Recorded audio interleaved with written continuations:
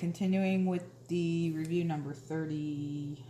Oh wait, let's see. We left off with 27, so we are continuing with number 28. They've given you the numbers 99, 51, 55, 92, and 65, and the directions are to round to the nearest 10. So this is the tens place, and this is closer. This would turn into a 10, and then the 1 would carry. So this rounds to 100 in the nearest tens place. This is closer to 50 than it is to 60 to the nearest tens place.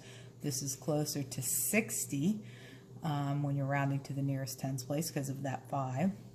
This is closer to 90 than it is to 100. This is closer to 70 than it is to 100. So all of these have been rounded to the nearest tens place, and then you just add them up for an approximate answer to the tens place. So that would be 210 plus 160. 370 would be your rounded answer to the tens place. In number 29, you are being asked to round to the nearest 100. So the first number you're given is 953. Second number you're given is 344. You're going to round each of these so that they're easier to answer. So it's the nearest hundreds place. You want to ask yourself, is this closer to 900 or is it closer to the next 100 up, which would be 1,000? This is closer to 1,000 than it is to 900. And this number is closer to 300 than it is to 400.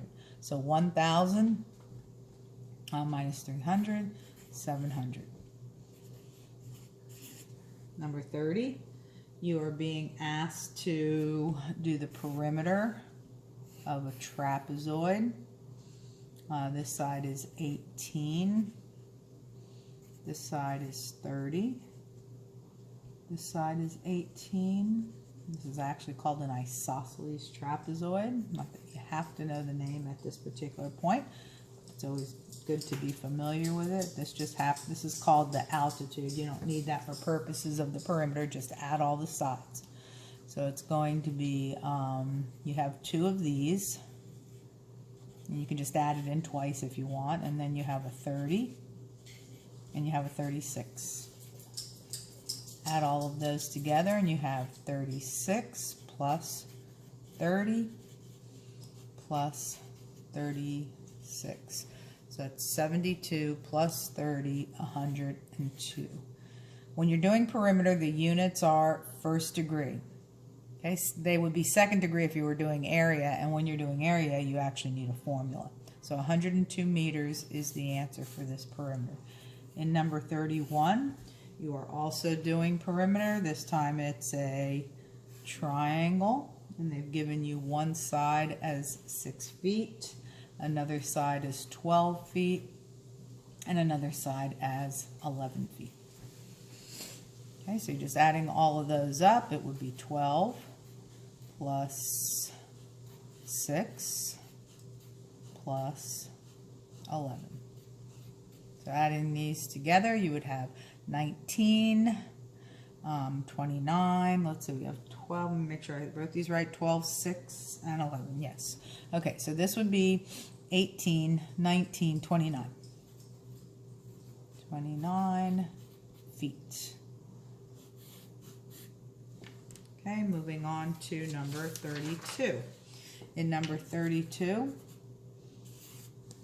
you aren't given the figure, but it is mentioned that you are working with a square. Again, they want you to do perimeter, and they tell you that one side is 220 feet. So being that it's a square, all 4 sides are equal. So if you were to do the perimeter, you'd be adding up 220 4 times. That's the same thing as going 220 times 4, in which case you get 880 feet. You can just put that in your calculator or do it by hand. Okay, and numbers 33 and 34 on the next page. In number 33, you are working with 3/5 and 1/8. And what we're going to try and do in order to add, or when you're subtracting fractions, this is when the denominators have to be the same. That's these bottom numbers. So in order to come up with that denominator, you're going to multiply these two. That'll be a common denominator. You're going to change both of the denominators into 40. And a little trick that you can use when you only have two fractions is that in order to turn both of these into 40, this is what you can do. You're going to have to multiply the bottoms as well as the tops by the same number when you're working on a fraction.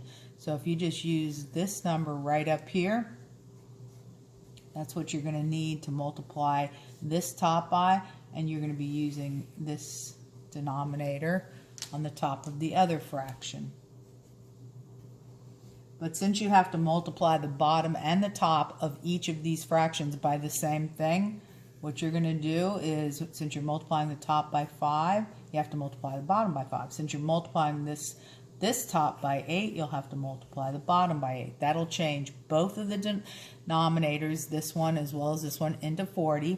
And you've also figured out what to multiply the tops by, because whatever you use on the bottom, that's what you have to use on the top. Okay, so each fraction will then be 8 times 3. Multiply those tops. Multiply the bottoms. 8 times 5. Bring that plus sign down. 1 times 5 on the top of the second fraction. 8 times 5 on the bottom.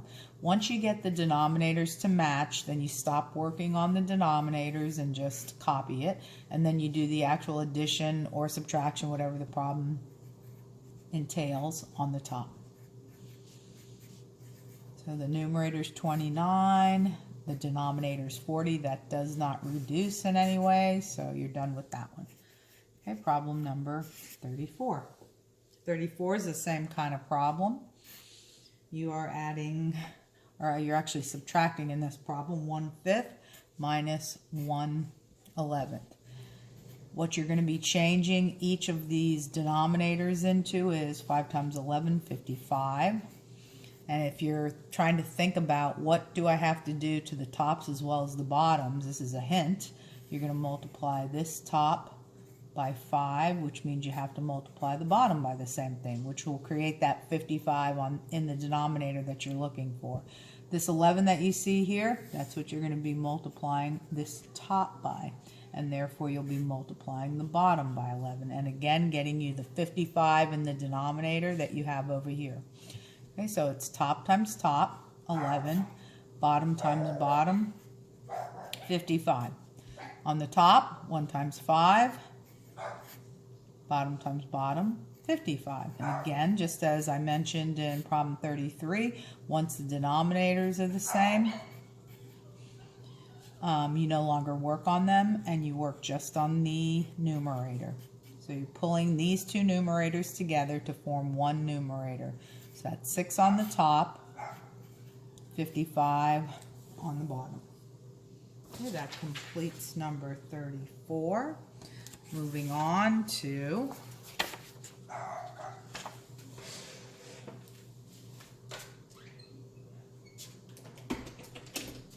moving on to 35. In 35, one more attempt at getting common denominators. You're going to try to make each of these denominators 66. And just to get you started, you'll be using the 6 up here. You'll be multiplying the top by 6 as well as the bottom by 6. And that'll get you that 66 that we're looking for in the denominator. This 11 that you see here, you'll be multiplying the top by 11 as well as the bottom of this fraction by 11. And again, that'll get you the 66 in this denominator that you're looking for. So there's a minus in between. This first fraction is going to be 1 times 11 over 11 times 6, giving you a denominator of 66, just like we were trying to get. Over here in this second fraction will be 1 times 6 and 11 times 6.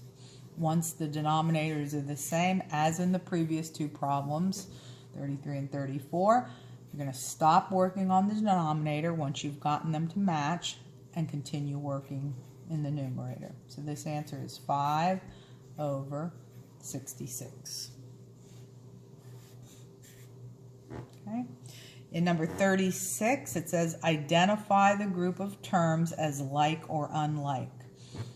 Okay, when it comes to terms such as these, where you have a coefficient and a variable, what makes them like terms is that the variable has to have the same power. See that this is z to the first degree and so is this?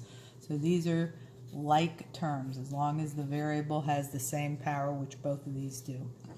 In this problem, these are unlike terms because both of these have the variable a, and it's not really about the coefficients that are in front of them. Notice that these are the same, but I'm going to still call these unlike terms. And this is the reason that these were like terms is because both of the z's that you're seeing in this term as well as this one were to the first degree, whereas here they're unlike terms because these a's, one was the fourth degree and the other one was seventh degree, and those are considered unlike terms when the powers don't match. So it's not about the coefficients, it's about the powers. Okay, here these are not even the same variables, so these are unlike terms. They have to be the same variables and the same powers, like you see in number 36. Okay, the reason these are unlike terms is because this has an A, this has a B, and this has nothing. So they don't even have the same variables. So those are unlike terms.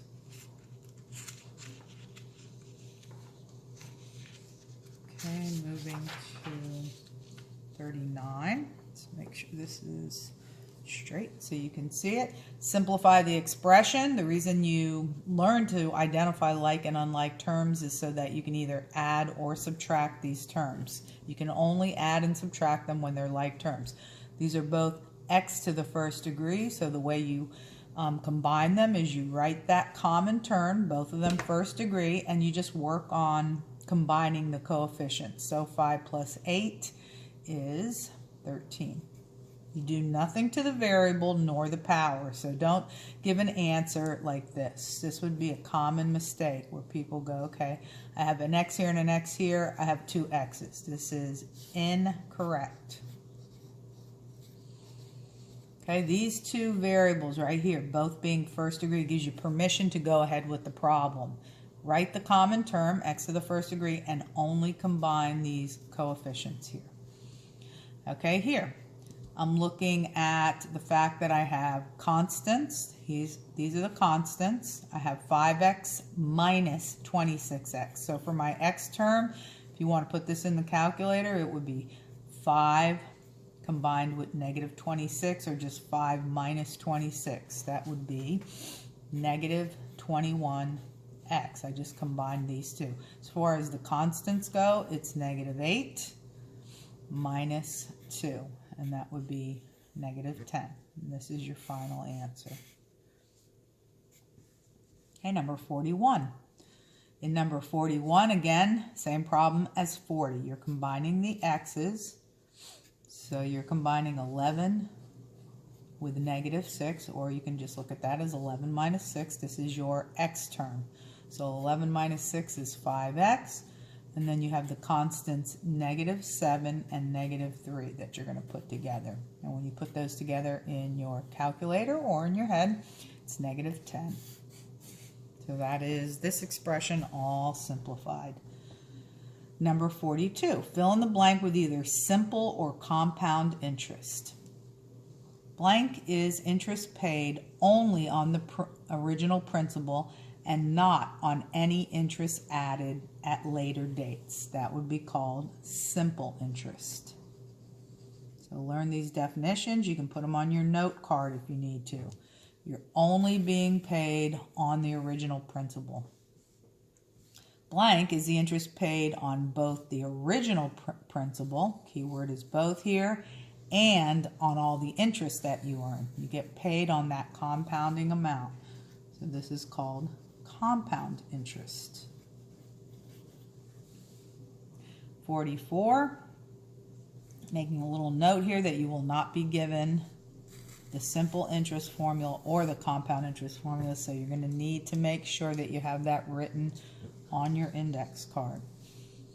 Okay, number 44 is you invest $11,000 in an account that pays simple interest. That formula is principal, original amount that you are putting into your account, times rate, the interest rate as a decimal, and then time. Okay, so P is principal, which really means the original amount that you place in the account. R stands for rate, which is a percentage when they give it to you, but you can't use it unless it is in decimal form.